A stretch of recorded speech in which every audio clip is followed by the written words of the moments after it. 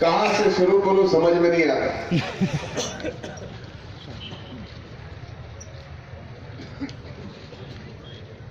आज जिस तरीके से इस नगर परिषद का चुनाव हुआ है, पहली बार इस चुनाव में किसी को गिराने के लिए राज्य को मुख्यमंत्री को बुलाना पड़ रहा है। एक नहीं, दो नहीं, तीन, चार मंत्री अभी तक आ चुके हैं। उनसे बात नहीं बनी तो मुख्यमंत्री को बुलाया गया। मैंने किसी से मेरी बहन को सलाह दी, हो सके तो मोदी जी को भी लेके आके यहाँ कुछ पढ़ने वाला है। एक चुनाव जीतने के लिए किसी राजनेता को जब नीचे गिरना पड़ता है, तब वो चुनाव वो राजनेता हार चुका होता है। और आज मैं आप सबके सामने कह रहा हूं, जिम्मेदारी के साथ, इस चुनाव में बीजेपी हो, शिवसेना हो, कांग्रेस हो, फूटी कांग्रेस हो, टूटी कांग्रेस हो, सब पहले दिन से हारे।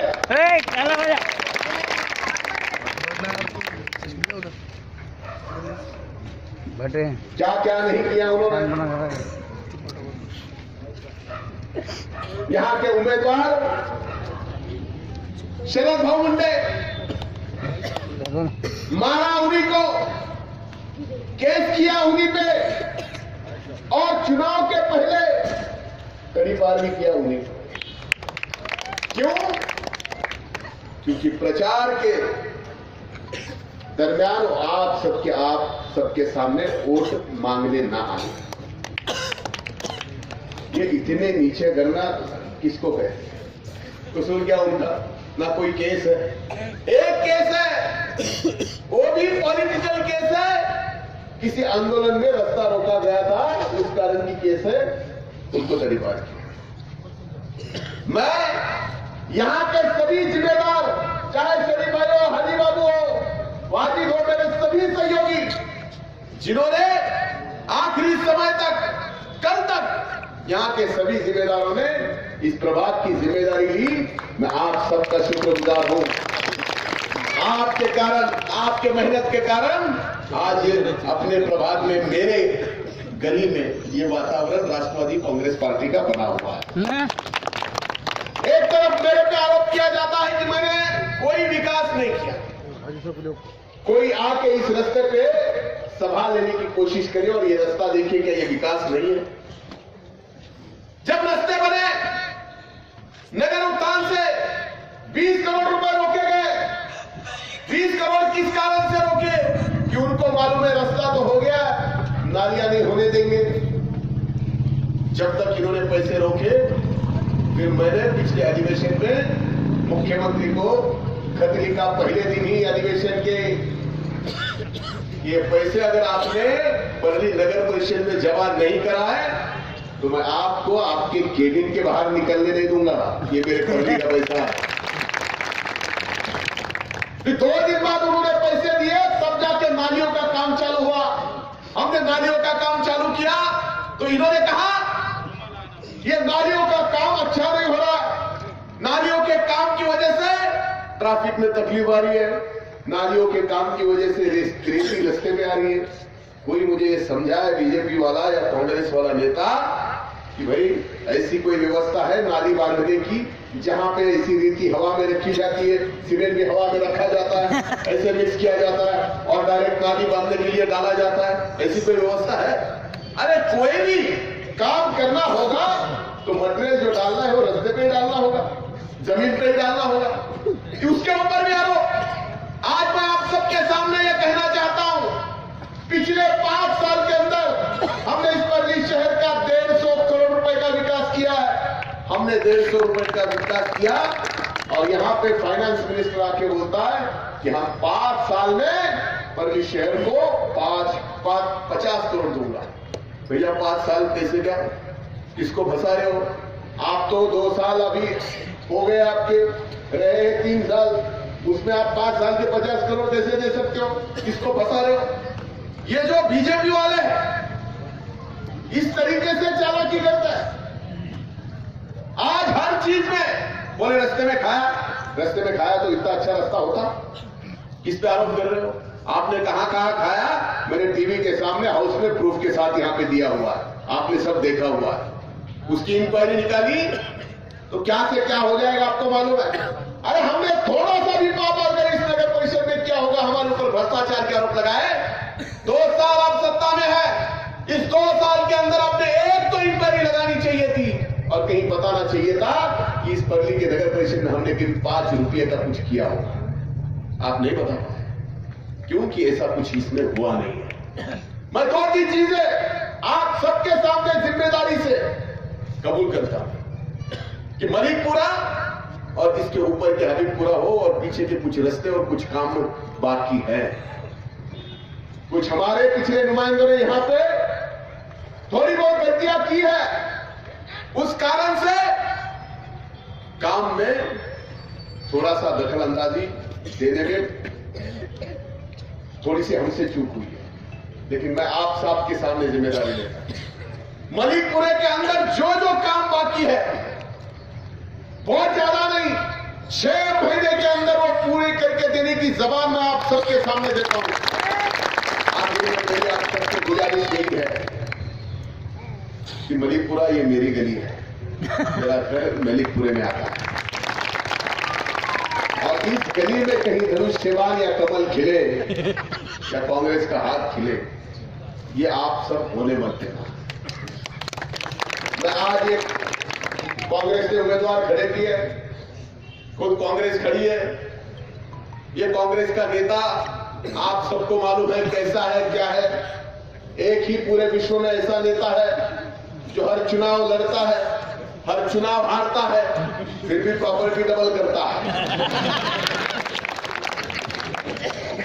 अरे ये तो छोड़ो, जिम्मेदारी के साथ कह रहा हूं, आप चाहे आपको कहां पे प्रूफ देना मैं प्रूफ देता हूं। इस पर्ली शहर की जामा मस्जिद की 35 एकड़ जमीन, ईदगाह की 34 एकड़ जमीन आज किसके दावे में, वो किसके नाम पे है, वो नाम मैं दे सकता हूं, वो रजिस्ट्री मैं आपके सामने दे सकता हूं।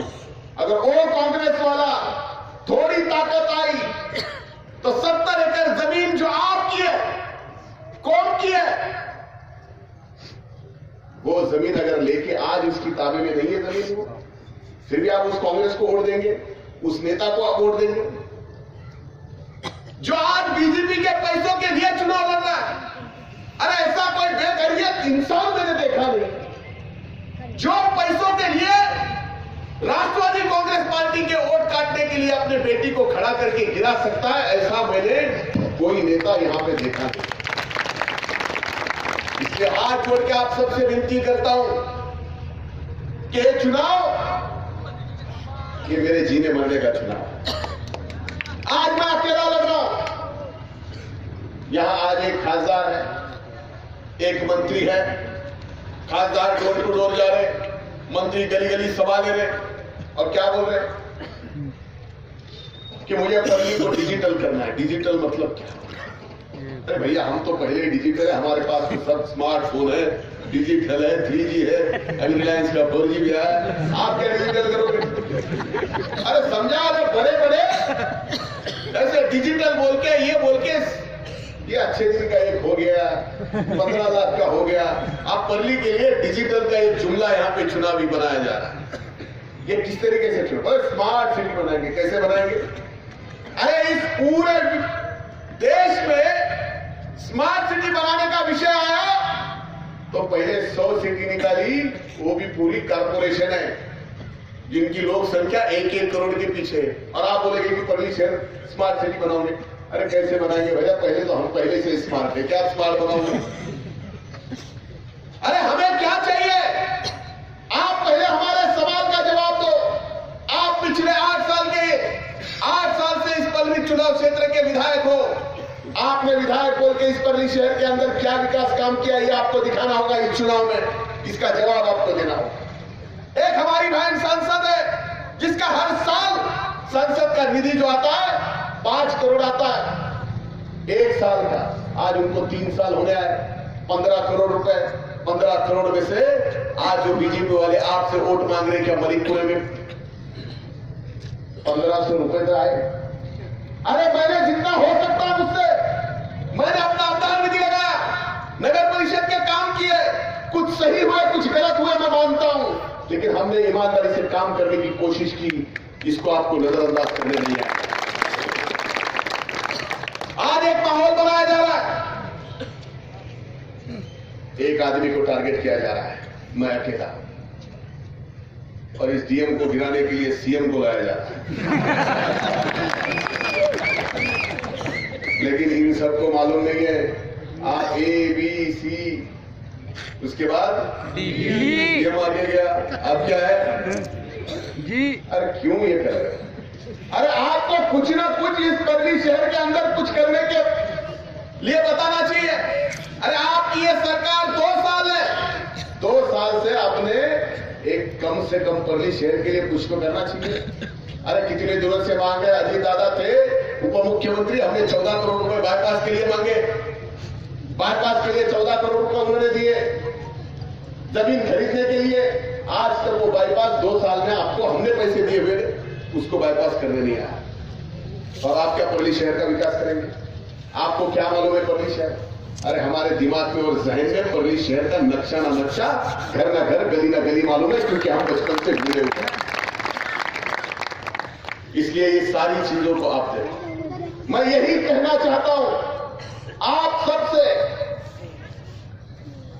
कि ये मलिकपुरे का ये मेरा प्रभाग, इस प्रभाग में सबसे ज्यादा वोटों से ये तीनों के तीनों सीट परली शहर के अंदर चुन के आने चाहिए, ये गुजारिश है आपके परिणाम। मैं मानता हूं कुछ विकास के काम है, कुछ पानी का मसला है, पीछे पाइपलाइन डालनी है, पीछे रास्ते करने हैं, पीछे नाली का काम करना है, वडार कॉलोनी में शौचालय का काम करना है, हबीबपुरे में काम करने हैं रास्ते के, बाकी विकास काम भी बहुत करने हैं। मैं आप सबसे ये वादा करता हूं कि ये काम हम सब मिलके 6 महीने के अंदर पूरा करेंगे। लेकिन इस बार कोई कोशिश करे कि ये हो वो हो, भाई ये चलाओ वो चलाओ, भैया ऐसी कोशिश बिल्कुल आप तरफ से मत हो। आप आने वाली 27 तारीख को पूरी ताकत के साथ राष्ट्रवादी कांग्रेस पार्टी के नगर अध्यक्ष के उम्मीदवार सरोजिनी सोमनाथप्पा हलगे, यहां के अपने दूसरे उम्मीदवार शरद भाऊ, शरीफ भाई, इन सबको पूरी ताकत से आप यहां पे चुनाव जिता दे और सबसे ज्यादा लीड दे। यहां पे कदीर मौलाना साहब आए हुए, अपने महाराष्ट्र के राष्ट्रवादी के नेता हैं, आप सब उनको जानते हैं। मैं उनका तहे दिल से इस मंच पे स्वागत करता हूं और मैं अपनी बात होने के बाद कदीर साहब से गुजारिश करूंगा कि वो अपनी तकरीर यहां पे शुरू करें।